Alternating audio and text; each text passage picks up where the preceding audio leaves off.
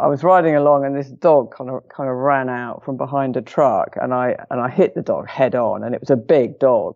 And this Thai family came out, and they were, and they helped me, and they helped me pull my bike out of the ditch, and I ended up staying with them, and we ate together, and I slept with the family on the floor of this room. And then on the last day, I went into the kitchen just to say goodbye to the mother, and I actually saw the dog that I'd run it was half eaten. It was half eaten.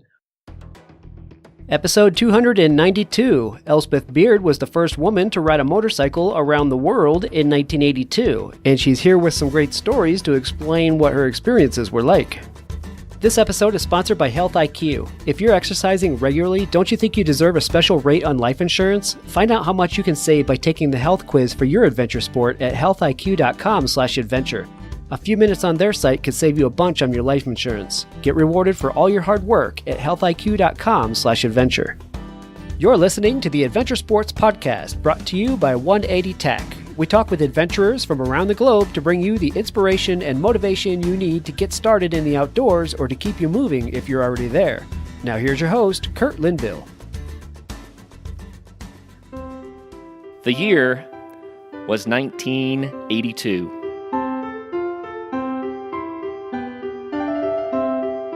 The motorcycle was a 1974 600cc R60 BMW, and the rider was Elspeth Beard.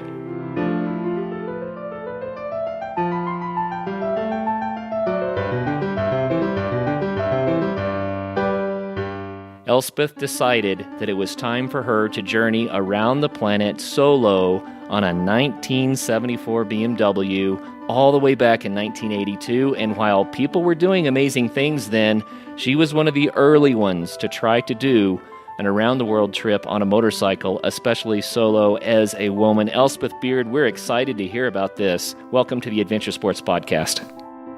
Thank you very much.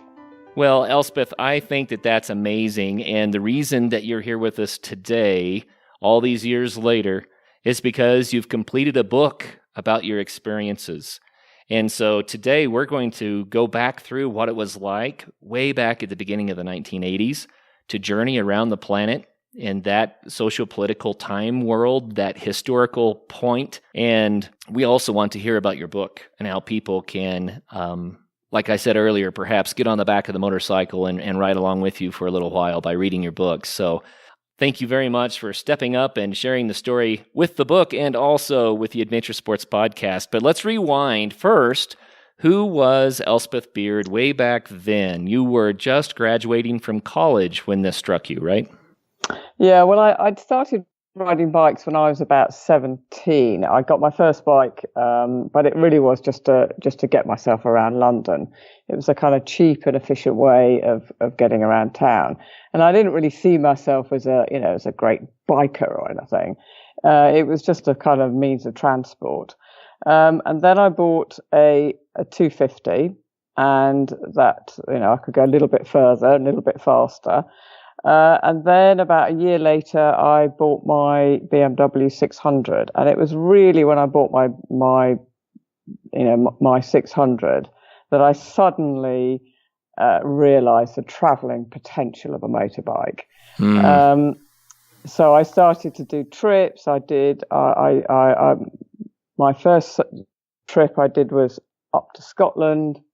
Then I did a trip around Ireland. Then the following year, I did a trip around Europe for about 2 months. And then my first big trip was in the summer of 81, which is I flew out to Los Angeles and I bought myself a BMW 750. I think it was a 1973 model, so it was even older than my one I had at home.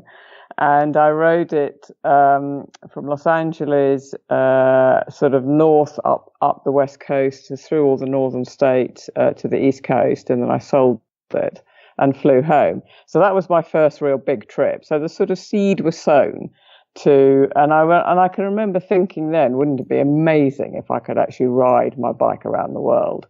But it wasn't really until the following year, in the summer of 1982, that a whole series of events kind of transpired to make me realize that actually I just wanted to go, I needed to get away, and I just wanted to escape.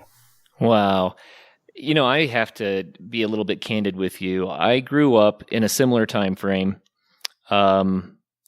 was still just kind of entering the beginning of high school, the end of junior high around that time period. But I remember myself being, a high school student and graduating an early college student, having a real strong thirst for adventure. But I think I would have been hesitant to do something like what you did. I had a friend who, upon graduation, she went solo to France and lived for a year. And I always respected her so much for having the guts to just step into a foreign country where you really don't know the language and try to make your way. And I don't know, the times maybe have changed a little bit. The world is a smaller place today. More people do more travel, I think, than we were able to then. But I have to say, as a young lady, let's see, you said you were 22 years old, is that right? I was 23 when I left. 23 years old. So as a young lady, taking off solo on your own on a motorcycle for an around-the-world trip, wow, that takes guts. And it takes guts for someone today when it's more common, but I think it would take so much more of a sense of adventure and self-confidence to do it then. What was it that gave you the confidence to give this a go? I think I didn't really think of it as I'm going to ride around the world, although that was always in the back of my mind and it was always my goal and my aim to do it. I think if I'd sort of thought about it, the kind of mammoth task of doing that just would have almost been too much for me to would have frightened me too much. So I really did break it down into stages, and I just thought I'll just earn what I can. So I worked in a pub for 3 months. I earned £2,500, which was all the money I left with. And having been across America the summer before, I was sort of confident that money should be able to get me. I should be able to get to either New Zealand or Australia, where I could earn some more money. And that was really my, the first leg of my trip. And the rest of the world, I didn't even think about it, because the world was constantly changing, and you would always have to change your route or choose different countries to go through if certain countries were at war with other countries. So there was no point kind of planning the whole thing. So I really did just break it down into sort of bite-sized pieces that I found easy to cope with. So first of all, it was getting over to the States. Then I would get across the States. Then I got to New Zealand. And it really was just doing one country at a time. And it wasn't really until I probably got all the way to Turkey after I got through Iran and I got into Turkey. I think that was the first time I thought, actually, I'm going to do it. I am actually going to make it home. That's amazing. So what about your upbringing there in the UK? Was there something about your childhood that gave you the fortitude to step out and attempt something like this? I think I had quite a sort of unconventional upbringing. My father was both my parents were doctors. My father was a very eccentric psychiatrist. And he always used to drag us around Europe when we were very young. He was sort of completely obsessional about seeing, every single church, altarpiece, castle, ruin, and we would just spend our entire time being dragged all over Europe, seeing all these things, all these places. So I suppose, from a very early age, we kind of always traveled as a family. And I think because they also had they let us very much, they gave us, a lot of freedom, which I think was very good, although it was all in a very carefully guided way, but we were allowed to make our own mistakes in life. They didn't stop us from doing things. And I think that sort of, I think that, the combination of those things gave me the free spirit and to go off and do these things and not be afraid, and also to travel and to be interested in seeing places. That's neat. So for a lot of people that we visited with, there's some sort of a trigger event that kind of kicked them out the door, right? Did you have something like that said, okay, I'm doing it now, this is time? Yeah, well, about 3 months before I was taking my finals of my first 3 years architecture, while I was at uni, I'd met and fallen madly in love with Alex, and he sort of finished our relationship about 3 months before my final exam. So I was brokenhearted. I was devastated. And that kind of combined, and I found it really hard to work as well because of it, because I was so miserable. So I didn't do very well in my degree, and I was questioning whether I should carry on doing architecture at all. So I was brokenhearted, didn't know whether I wanted to do architecture, and I've been kind of riding bikes for about 5 or 6 years by then, and sort of the seed had been sown, so it all just kind of came, together at the same, one time, and I just thought, actually, I'm off. I'm going. Now's the time. Wow. So, what were your early concerns before you left? You started out in English-speaking countries, but you continued on through hundreds of languages, I'm sure. Did you have concerns about the language or the culture or the roads? How are you going to make your way? I was never worried about the language and the culture, because I think you can always make yourself understood. You either draw pictures or sign language, or, you can always make yourself understood. I was worried about my bike and being able to fix it. I was worried about the roads. I think I was worried about, falling off my bike, lying in a ditch and just basically dying, because there was in those days you didn't have phones. You couldn't just phone somebody up and say, right, I've had an accident, and nobody knew where I was. Absolutely nobody knew where I was. I used to phone home once every, 2 or 3 weeks if I could find a payphone. My parents knew obviously which country I was in, and they knew roughly in which region I was in, but that was it. So I was worried about that, and I was worried, I suppose, about being attacked, being a woman on my own. I did have worries. Wow. Did these worries postpone your trip for you, or cause you enough concern to slow you down or make you reconsider whether or not to go? Or were you always just like, I'll just take it as it comes? I was very much, I'll take it as it comes. I kind of knew. I think you can, you just have to do your best to mentally prepare yourself for these things to happen, which hopefully enables you to cope better with them when they do happen. But I try not to worry about it. But it was something that was always in the back of my mind, whether I think it was really having accidents and falling off my bike and being injured and lying on the side of the road. That was probably my biggest fear. Well, and we should remember that motorcycles back then were quite a lot heavier than our modern versions. You can get hurt today too, don't get me wrong, but when you're talking about a 600cc 1974 BMW, that had to be a beast of a bike. Yeah, but actually the old BMWs, the engines are very low. They have a very low center of gravity. So they're actually quite easy to ride. These days, I think the bikes have a much higher, the weight is much higher. And I find modern bikes actually quite, they feel heavier to ride than my old bike. It's the center of gravity that makes the difference in how it handles. But what about picking it up if you do drop it? Was that an issue? Were you able to do that? I could do it as long as I unloaded all of the luggage. I couldn't pick it up when it was fully loaded. And was that something that happened on the trip?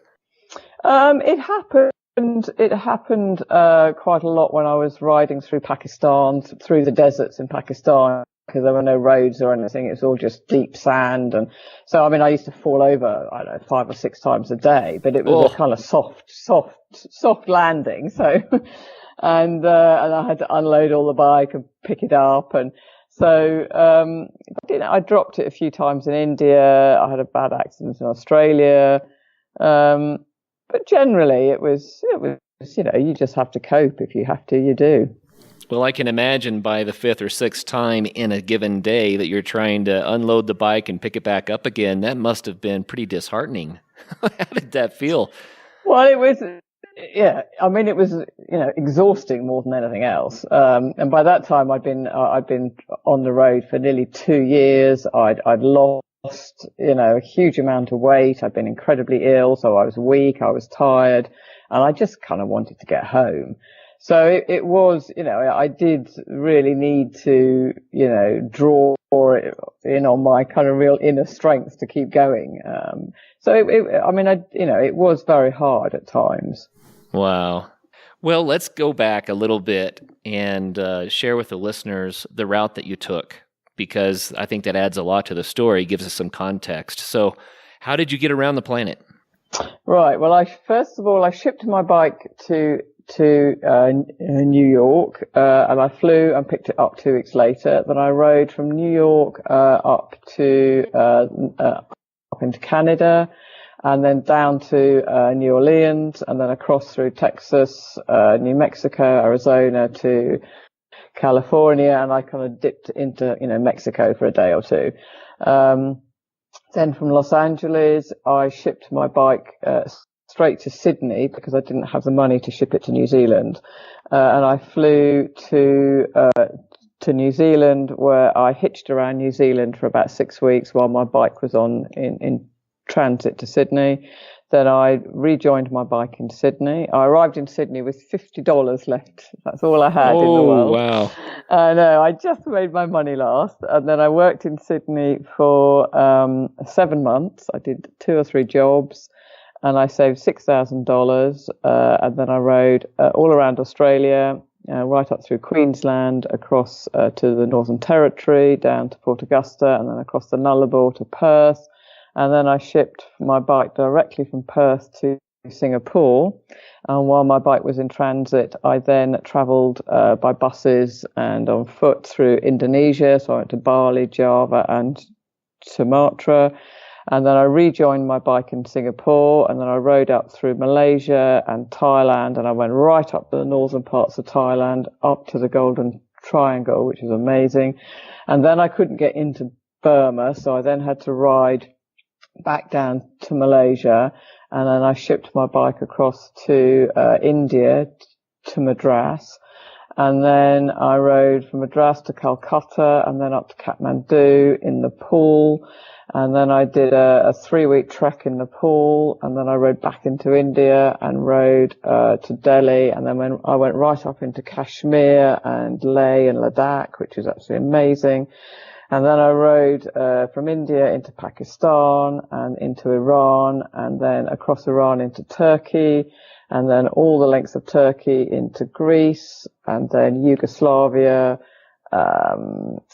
Austria, Germany, Belgium, and home. Wow.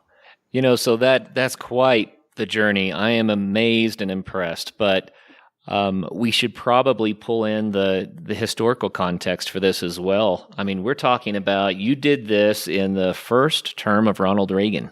The USSR was still a country. The Iran hostage situation was alive and well just before you started your trip.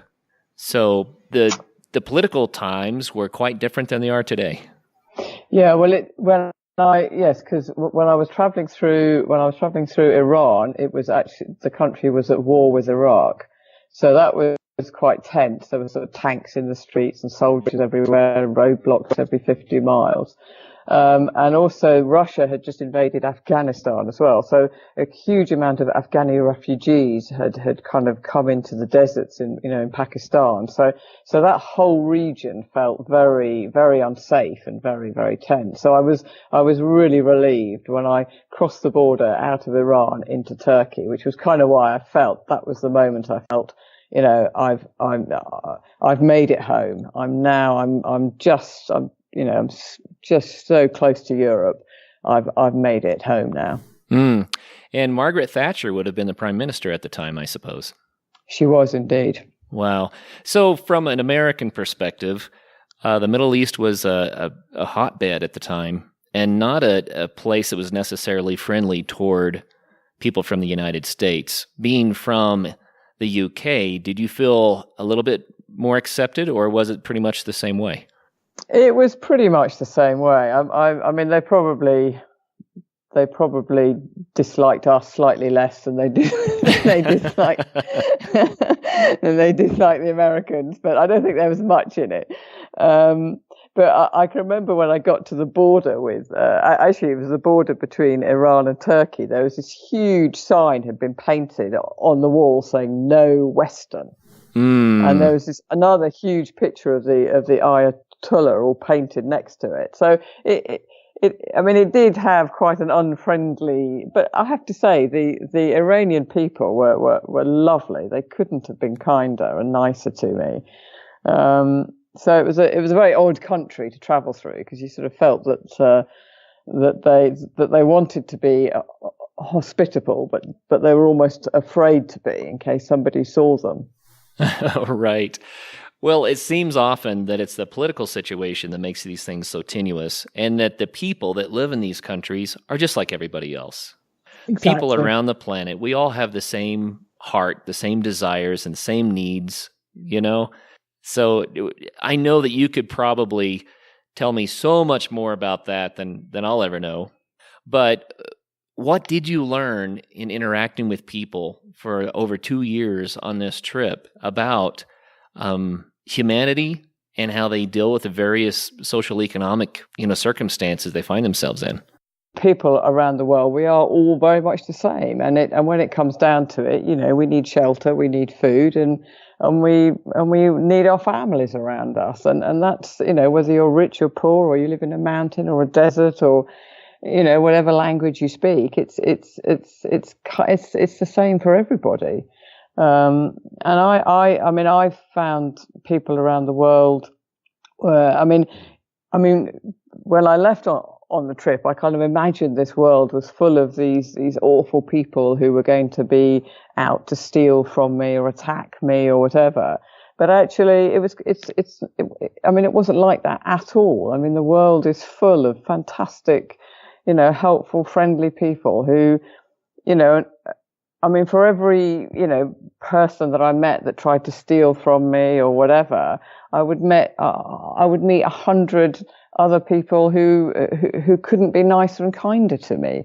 So, the world is full of lovely people who do, as you say, we are all the same when it comes down to it. Yeah, no doubt. So do you have a story about an experience that helped you to come to this realization somewhere along the way? Well, I had a lot of, as I said, I received a lot of kindness from people. I think one of the incidents I had when I was riding my bike in Thailand, and I was riding along, and this dog kind of ran out from behind a truck, and I hit the dog head on, and it was a big dog, and I was knocked off my bike completely.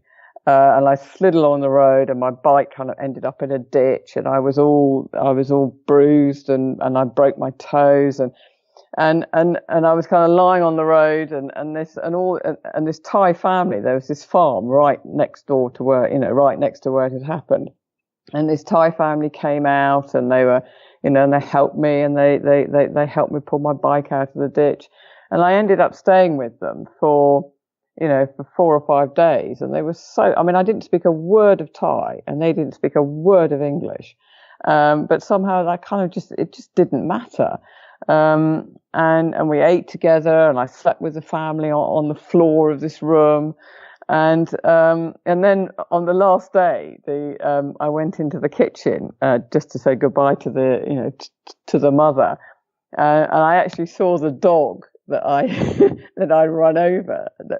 It was half eaten. So we'd been eating this dog for the 4 or 5 days I was there, and I had absolutely no idea. So, but they were lovely to me, and they gave me things, they gave me presents, and they couldn't have been kinder. I think that a few people could claim they got quite that revenge on the animal that caused them to wreck.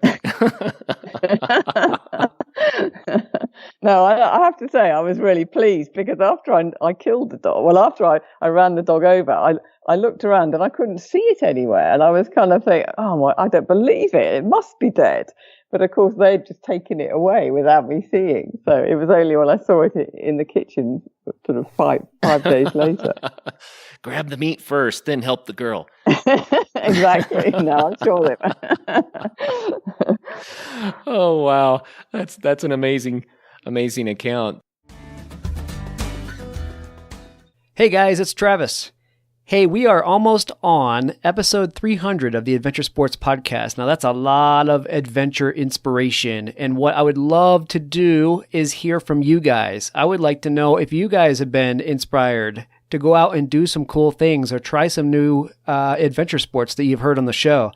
So do us a huge favor, write to us. Let us know what your inspiration was and what you guys ended up doing with it. Or if you have the means, go ahead and record some audio and send it to us, and we'll throw that in the show. But we would love to hear from you guys, and we'll play it on episode 300. So hope to hear from you. Hey friends, Kurt here. You know, we might have the healthiest audience of any podcast on the planet. I don't know. It just seems to me that people that are out there doing adventure sports have to be pretty healthy. They appreciate being healthy, and they love to get out there and move. And we recently got a new sponsor, Health IQ, and they reward people who love to be healthy. This is cool stuff. So, do you exercise 5 times a week? If so, then you probably think you deserve a different rate on your life insurance. You're not the smoker. You're not the one who's out there abusing his or her body and having a lot of health issues that result. Instead, you're out there moving and eating right and doing right things. So shouldn't your premiums be lower?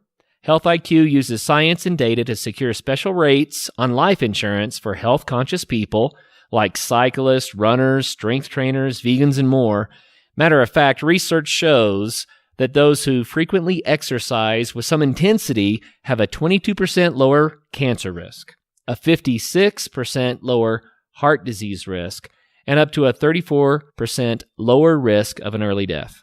So why not get rewarded for that? Historically, you get penalized for your family history, body mass index, and other attributes, but you don't get rewarded for your health-conscious lifestyle. Well, Health IQ does reward you for your health-conscious lifestyle with special rates on life insurance. How cool is that? To get more information and a free quote, go to healthiq.com/adventure and make sure you do use that /adventure. That makes sure that they know where you heard about them on the Adventure Sports Podcast. So healthiq.com/adventure.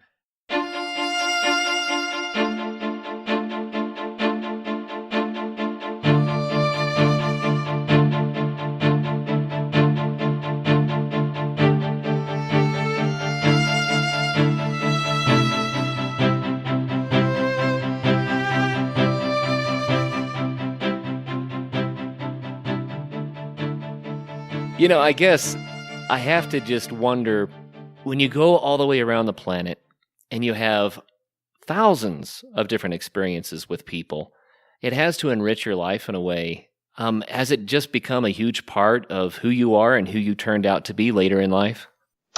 Yes, I think so. I mean, I think the trip very much shaped me for the rest of my life. I think, you just learn so much about people, about how to deal with different people and situations, good and bad. You learn to read people quite well. It just equips you to sort of deal with life. It's hard to explain, but for sort of me, it gave me a kind of real sort of inner strength and confidence. You know, I felt when I got back from my trip that I could do absolutely anything. There wasn't anything I couldn't do. There wasn't a problem I couldn't tackle. There wasn't a problem I couldn't deal with. You know, I would never take no for an answer. If somebody said you can't do this, I would just say there has to be a way. And I think it was that I learned on the trip. And a lot of my work, you know, the projects that I do, I always seem to end up with the really complicated, challenging projects in my office. And I think it's which actually I really like, because it kind of keeps you focused and keeps you, it just keeps that edge going. And I think that's really important. And I never like to do projects the same way. I always like to approach things in different ways. And I think that all came from my trip. I sort of learned how to do that. And I think that's a real asset. Oh, yeah, no doubt. No doubt. So you mentioned that before your trip, you weren't sure if you wanted to go into architecture anymore. You had your degree and you were like, I don't know if I even want to do this. So when you came back, were you ready then to dive into the career? Well, interestingly, the trip also made me realize that because during the trip, architecture suddenly made sense to me as well. Because when I was doing my degree, I never really, I mean, I sort of got it, but it didn't really click for me. And it was really when I was traveling, and it was when I was in Australia, actually, and I was working in Australia, and I went to the building site for the first time, and I saw all these plans that I'd been drawing for months and months in the office, all kind of appearing out of the ground. And it was just amazing. And suddenly I kind of understood what architecture was all about. And I think also traveling through all the countries and seeing all the amazing different buildings and cultures and how climate affects the way they build and the way they live, it just all sort of started to make sense. So the trip really helped me understand architecture. So when I came back to this country, I was very keen to, as I say, I suddenly understood what it was all about. That's neat. I love it how a life experience like this can enrich us in ways we may not expect, right? And maybe that's one you did expect or maybe not, but I don't know that a lot of people would expect that. I didn't expect it at all. I mean, when I left on my trip, I thought, actually, I can't see me ever going back to do architecture. But it was just an interest that evolved while I was traveling, because I saw some incredible buildings. And because of, my early childhood had been dragged around Europe and being forced to see every single church, right. castle, ruin. I made sure that when I was traveling through, I saw everything that I could possibly see. And I almost became quite, obsessive about it, sort of. But it was, it was great. It was, really, it gave me a lot. Oh, that's neat. Yeah, and that's one that I wouldn't have necessarily thought of, but I think it's so cool how that ties into the rest of your life. That's really neat. So how has the world changed? We talked about it being, the beginning of the Reagan years and the social-economic world was so different then. But from your perspective, having done this trip at that time, how do you think the world is different today? I think the real change is all the information that's out there. I think that the internet, mobile phones, all that technology has completely transformed the world, and also it's completely transformed the way people think about traveling the world. I think and it's a double-edged sword. I think in some ways it's really good because it gives people a degree of comfort, so they sort of feel they know where they're going. They can get an idea of where they're going to be staying. They can plan it. They can book it. They can do all that, and that encourages a lot more people to travel, which of course is a good thing. But on the other side of it, I think it does take a lot of the sort of adventure and the unknown, away from it. I mean, I had no idea when I set off in the morning I had no idea where I was going to be that evening. I had no idea what I was going to encounter. I had no idea what the roads were going to be like, where I was going to get petrol, where I was going to be able to buy food, where I was going to be staying. And so you do live for the moment, and it's very intense. And I think you learn to live on your wits as well, because you have to, because you can't find anything out. You just have to, you just have to deal with what you find all the time. And I think that does give you a sort of strength that I think all this technology in some ways just makes it a bit too easy now. But as I said, Well, I find it fascinating to even think about just navigation. Most people these days say, well, I've got the GPS. Here are the roads. I see them. I see where I am on the road. I'm exactly 1.2 miles from my next turn. I'm going to turn left, and that's going to lead me to. You didn't have any of that. How did you find your way around the planet? Yeah, but isn't that boring? Isn't it more fun just to say, right, the sun's on my, right hand side, and I want to travel north or south depending on which, and you just have to follow your nose, and you just end up where you end up. I mean, in most countries I could get vague sort of maps. In Thailand I struggled because all of the road signs were actually written in Thai script. So I had to find a map. It took me 3 or 4 days walking around the streets of Bangkok to actually find a map that had all the towns written in Thai script and in English. So I actually knew that like a dot and a squiggle and 3 dots and 3 more squiggles was Chiang Mai. And then every time I came to like a sign or a road sign, I had to stop and match all the squiggles up so I would find my way. So it wasn't, you just become quite, inventive, I suppose. And you just cope with what you have to cope with. Yeah, and, as I've been raising my own children, I don't let them rely on GPS too much. I want them to have the map, and I want them to sort out how they're going to get somewhere before they start, instead of just following, Google Maps telling them to turn left or right. I think that's important for us to get context for where we are and to understand the world around us. Absolutely. I couldn't agree with you more. I love maps. I mean, I do actually have a GPS, but I also have a map in my car still, because I like to know where I am in relation to everything else. And I just love maps. You can't beat a map, and it will always work. Right. You can always rely on it.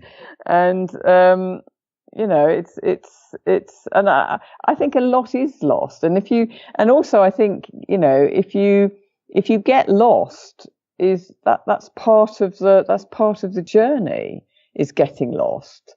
You can't kind of find yourself unless you lose yourself. And I think, and if you get lost and you have to stop and ask a local the way, and then you end up having a cup of tea with them, and then they end up inviting you to, to have, an evening meal with their family. And those are the experiences. That's the journey. It's not following a red line on a screen. Right. And you don't have those experiences if you're following this red line that takes you right to the door of your hotel, which you've booked 3 nights beforehand. Yeah, Elspeth, I totally get that. Do you think that it's harder to fly by the seat of your pants, so to speak, these days? And the reason I ask is because of the internet, people pre-book everything. So when you get to that next town, can you even find a place these days? Well, that is true. And I think it's, I think now I often say to people, if you travel, just don't take any gadgets with you. If you want to take a mobile phone, take a really basic old phone just to use in an emergency, and that's it. But I think you're right. The problem is now everybody uses the internet. Everybody books anything. And if you arrive in places, you won't find anywhere to stay because it's all been pre-booked by everybody. So, I mean, you can't, it's almost impossible now to go back and travel the way that I traveled. Well, the world has changed. No doubt about it. The world has changed. So your publisher told me that you had some hardships along the way. And I think that no story is complete until we share the tough times too. So would you tell us a story or two about some of the hardships that you encountered? Yeah, I mean, one of I think my first big accident, which was in the outback in Australia, that was, I was fortunately about 3 days before my accident, I'd actually met up with these two guys who were riding on one bike. One was a Kiwi, and one was a guy from the UK who had gone out to Australia, bought a bike in Sydney, and he was just riding around Australia. And so fortunately I met with them, and we were riding on a really bad dirt road in the outback in Queensland, and I was ahead, and my front wheel went into a huge pothole, and because I had so much weight on the back of the bike, the whole of the back of the bike flipped over, and I cartwheeled the bike down the road, and I landed on my head, and I had a huge gouge kind of out of the side of my helmet, and I was concussed, and I don't remember anything about the accident, so I'm relying completely on what Tom and Ewan told me happened, because my memory is completely wiped out. Even to this day, I have no recollection of what happened, and all I can remember was waking up in hospital, and the ambulance had to come 180 miles to pick me up. And I was in hospital for about 7 to 10 days, I think, kind of recovering, and I was all kind of bruised and whatever. But it was, and then I had to go through the whole thing of getting my bike repaired, and so that was pretty tough. And I think hitting the dog in Thailand, although that was, I was lucky to be taken in by this lovely family. I was very beaten up and bruised, and riding the bike after both of the accidents was really hard because, I was so sore and my hands ached, and when in Thailand I'd broken my toe, so it was very hard for me to change gear. And I think the other really tough time was when I was riding through Iran. Because I was only given a 7-day transit visa, so I had to do a lot of miles in 7 days. And right in the middle of it, I got hepatitis. Oh no! So fortunately, I'd met this Dutch guy, Robert, in Kathmandu. So we were traveling together through Iran. And it was just such an effort to do anything. I could barely walk. I was so weak. But because we had this 7-day, restriction, we had to get out of the country in 7 days. I had no choice, but I had to ride my bike. And Robert would carry me down the stairs, and he would put me on my bike, and he would literally push me off. And I would just pray all day that I wouldn't have to stop, that the lights would change before I got to them, because I just didn't have the strength to.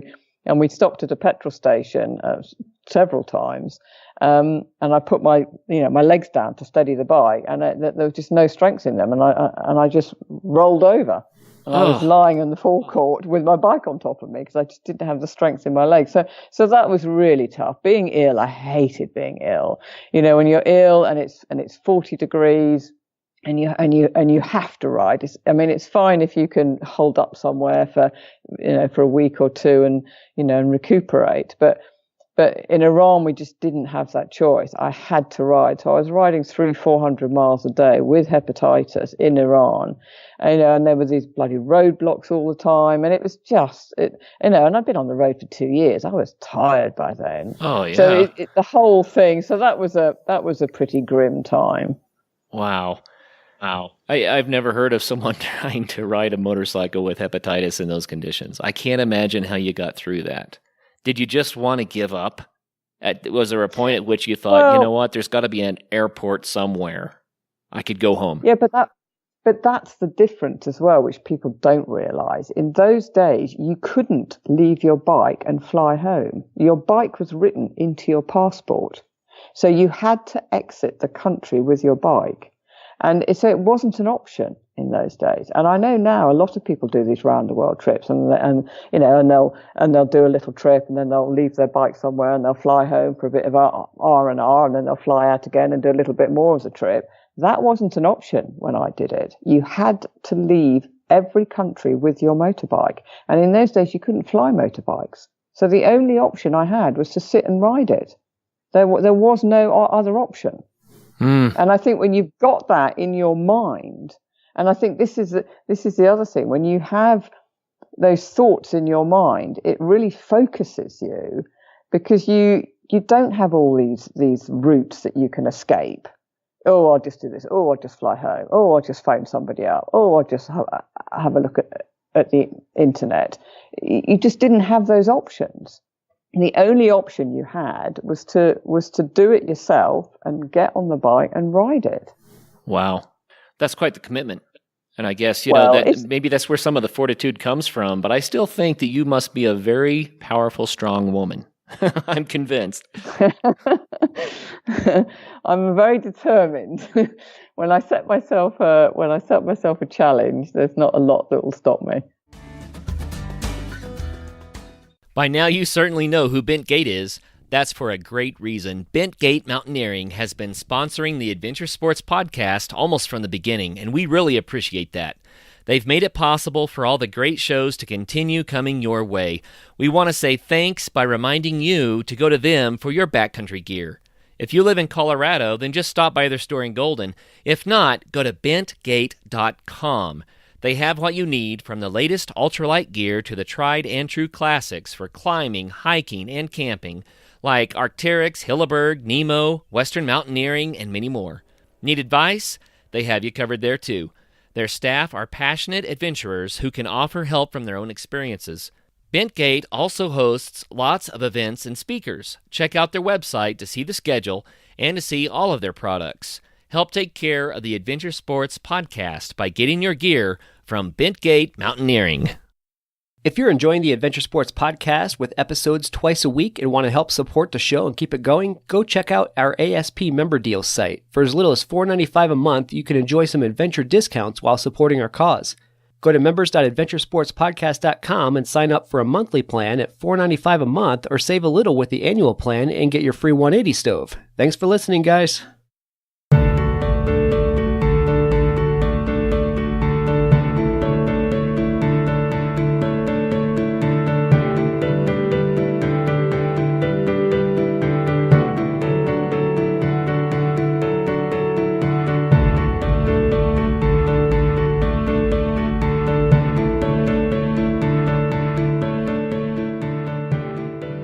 Well, let's talk about your book, Elspeth. I mean, you've recounted so much about your trip, and I'm thoroughly enjoying this, but you wrote a book about it so that people can, like I said, ride along with you.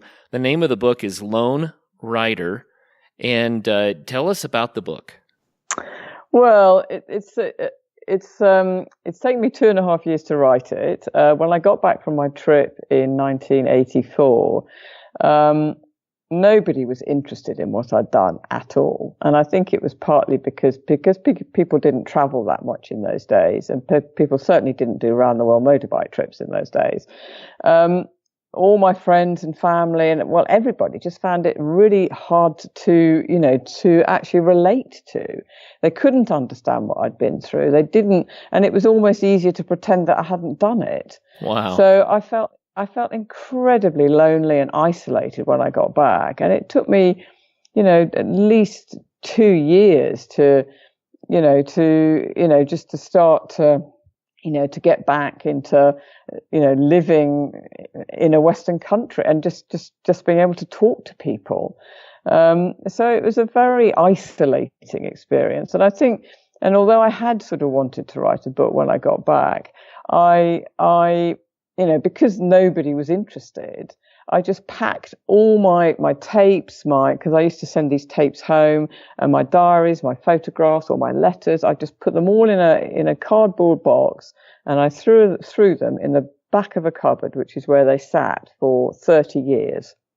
And then in 2008, a friend of mine, a journalist, was asked by BMW International to write a short article about my story. So he wrote the article, and it was put online, and then gradually, my story spread over the next 7 or 8 years on the internet, and then in 2015, an agent in Hollywood contacted me, wanting to buy the rights to my story to make a film. So this was completely out of the blue, and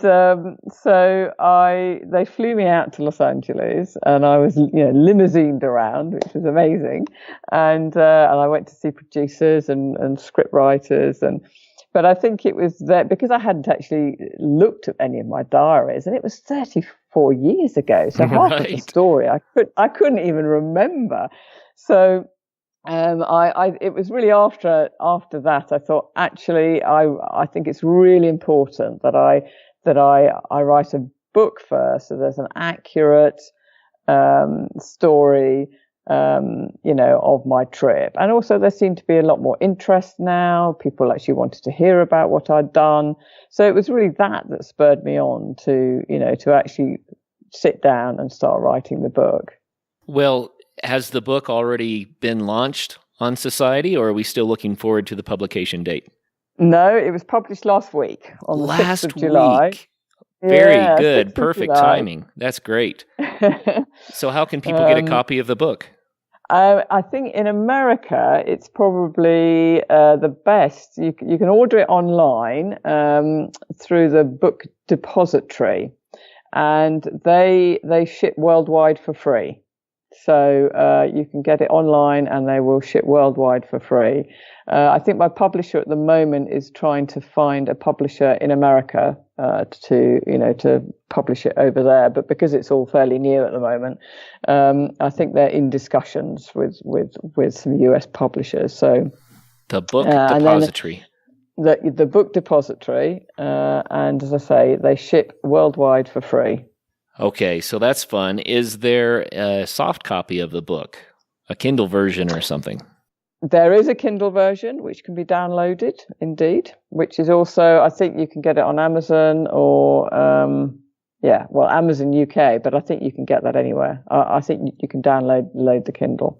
So if someone goes to Amazon and searches for Lone Rider by Elspeth Beard, they should be able to find a soft copy that they can read on their Kindle. That would be cool. They should indeed.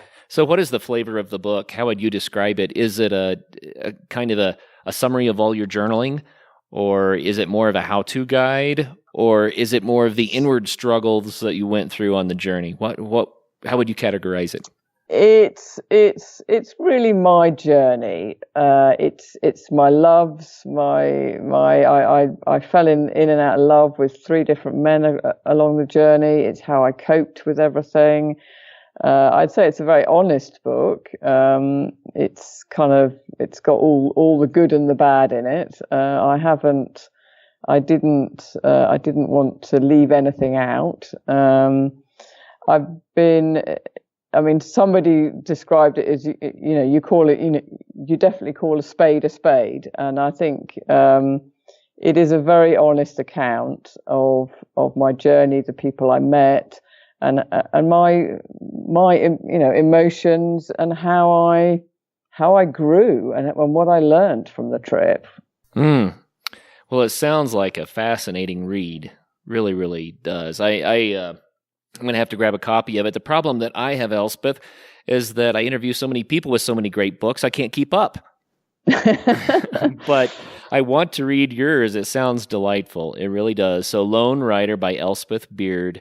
So Elspeth, I have to ask, you've had a lot of years to reflect back on this journey and to process what happened and how it impacted your life.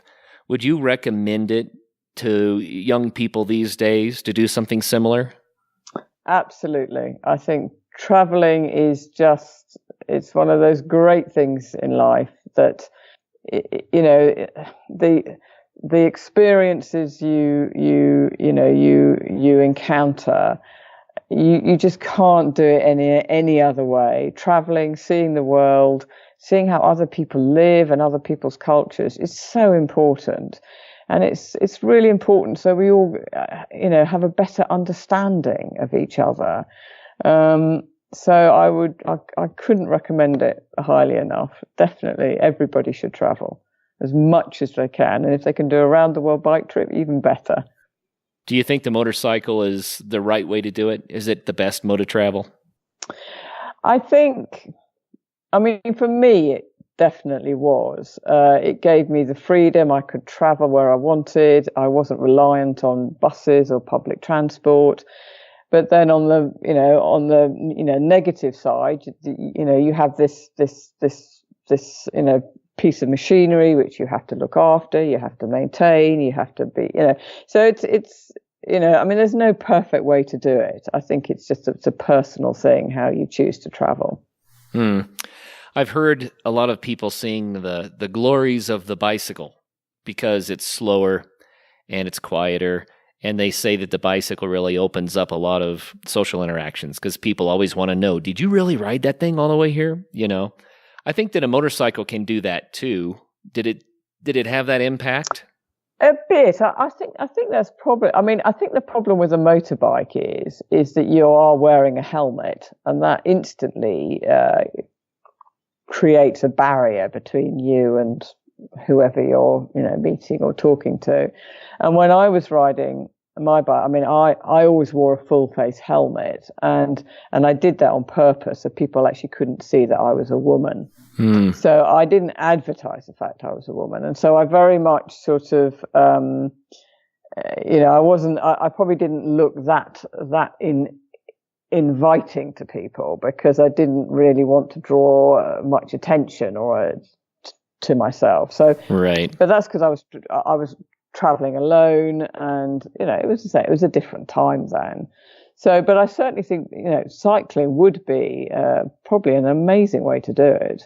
Yeah, I don't doubt it. So, any recommendations for especially young women who have an interest in travel? What should they do now? Oh my goodness. Well, I think they should